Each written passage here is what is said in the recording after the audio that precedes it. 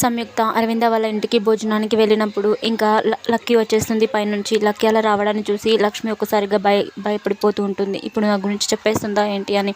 ఇంకా లక్కీ సీరియస్గా తన వైపు చూస్తూ ఇంకా మెల్లిగా స్టెప్స్కి కిందికి వచ్చేస్తూ ఉంటుంది. లక్కీ అలా తన వైపు సీరియస్గా చూస్తూ కిందికి వచ్చేసరికి ఇంకా జాను, వివేక్ అందరూ కూడా భయపడిపోతూ ఉంటారు. కొంపదీసి తిను చెప్పేస్తుందా ఏంటి, గుట్టంతా బయట పెట్టేస్తుందా అని వాళ్ళు భయపడుతూ ఉండిపోతారు.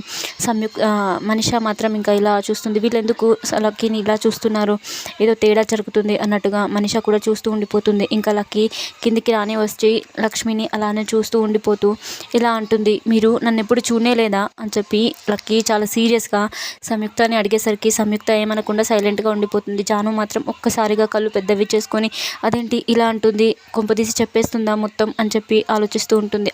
అరవింద మాత్రం చిన్నగా నవ్వుతూ చూస్తూ పోతుంది. మిత్రకి ఏమీ అర్థం కాదు. ఇంకా తను సైలెంట్గా ఉండి అలానే చూస్తూ ఉండిపోతాడు.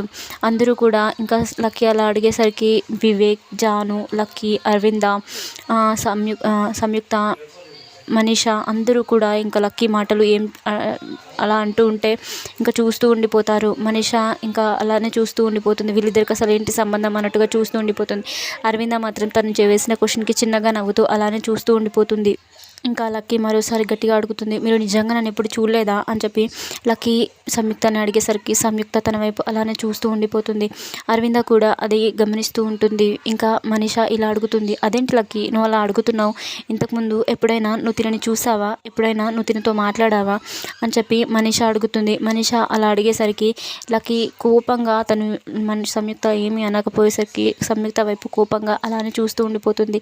మనీషా మాత్రం ఆగకుండా ఇంకా చెప్పు లక్కీ నువ్వు ఎప్పుడైనా చూసావా తనని అని చెప్పి లక్కీని అడిగితే లక్కీ ఏమనకుండా ఉంటుంది. ఇంకా లక్కీ ఏమైనా చెప్తుందా అని చెప్పి లక్ష్మి తన వైపు అలానే చూస్తూ ఉండిపోతుంది. లక్కీ ఏమనకుండా ఇంకా తన వైపు అలానే చూస్తూ ఉండిపోతుంది. ఎవరూ మాట్లాడకుండా అక్కడ సైలెంట్గా ఉండిపోతారు. వివేక్ మాత్రం భయపడిపోతూ ఉంటాడు. కొంపదీసి ఇప్పుడు జాను అలా వదినను రివీల్ చేసేస్తుందా అని భయపడుతూ చూస్తూ ఉండిపోతుంది.